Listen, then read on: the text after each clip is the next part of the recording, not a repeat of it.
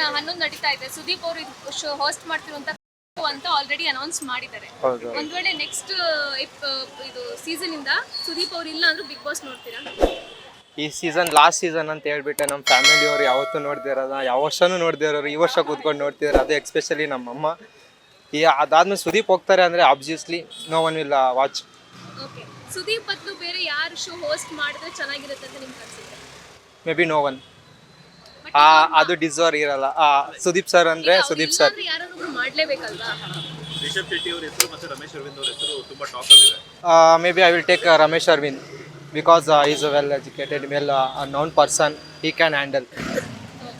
So ಈಗ ಕನ್ನಡದ ಕೋಟ್ಯಾಧಿಪತಿಗೆ ಸುದೀಪ್ ಅವರು ಹೋಗ್ತಾರೆ ಅನ್ನೋ ಟಾಕ್ ಕೂಡ ಇದೆ. ಇದ್ರ ಬಗ್ಗೆ ಏನು ಹೇಳ್ತೀರಾ?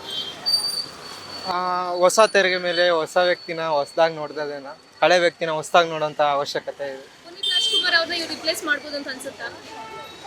ಸುದೀಪ್ ಸರ್ನಲ್ಲಿ ಪುನೀತ್ ರಾಜ್ಕುಮಾರ್ ನೋಡೋದಾದ್ರೆ ಆಬ್ವಿಯಸ್ಲಿ ನೋಡ್ಬೋದು. ಓಕೆ, ಬಿಗ್ ಬಾಸ್ ಅಲ್ಲಿ ನಿಮ್ಮ ಫೇವರೇಟ್ ಕಂಟೆಸ್ಟೆಂಟ್ ಯಾರು? ಹನುಮಂತು ವಿನ್ ಆಗ್ತಾರೆ ಅಂತ ಅನ್ಸ್ತಿದ್ಯಾ? ಹೌದು. ಈಗ ರನ್ನರ್ ಅಪ್ ಯಾರಾಗ್ಬೋದು? ಹಾಗೇನೆ ಈಗ ಹನುಮಂತು ಮಾಡಿದ್ ಸರಿ ಅನ್ಸುತ್ತಾ ನಿಮ್ಗೆ?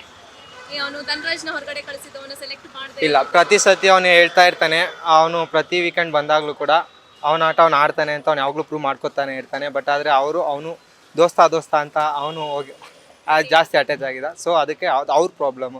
ಹನುಮಂತ ಮುಗ್ಧ ಅನ್ಸ್ತಾನ ನಿಮ್ಗೆ ಅಥವಾ ತುಂಬಾ ಕ್ಲೇವರ್ ಅನ್ಸ್ತಾನ? ಇಲ್ಲ, ಈಸ್ ಆಲ್ವೇಸ್ ಕ್ಲೇವರ್, ಬಟ್ ಅವ್ನ ಮುಗ್ಧತೆಯಲ್ಲಿ ಕ್ಲೇವರ್ನೆಸ್ ಇದೆ. ಓಕೆ, ಸೊ ಹನುಮಂತ ವಿನ್ ಆಗ್ತಾನಂತ ನಿಮ್ಗೆ ಹೌದು, ಕಾನ್ಫಿಡೆನ್ಸ್ ಇದೆ? ಎಸ್. ಲೇಟೆಸ್ಟ್ ಹಾಗೂ ಇಂಟ್ರೆಸ್ಟಿಂಗ್ ಸುದ್ದಿಗಳಿಗಾಗಿ ಬಾಸ್ ಟಿವಿ ಕನ್ನಡ ಚಾನೆಲ್ನ ಸಬ್ಸ್ಕ್ರೈಬ್ ಮಾಡಿ, ಹಾಗೆಯೇ ಬೆಲ್ ಐಕಾನ್ ಪ್ರೆಸ್ ಮಾಡಿ. ಇದರ ಜೊತೆಗೆ ಫೇಸ್ಬುಕ್, ಇನ್ಸ್ಟಾಗ್ರಾಮ್, ಎಕ್ಸ್ ನಲ್ಲೂ ಮಿಸ್ ಮಾಡದೆ ಫಾಲೋ ಮಾಡಿ.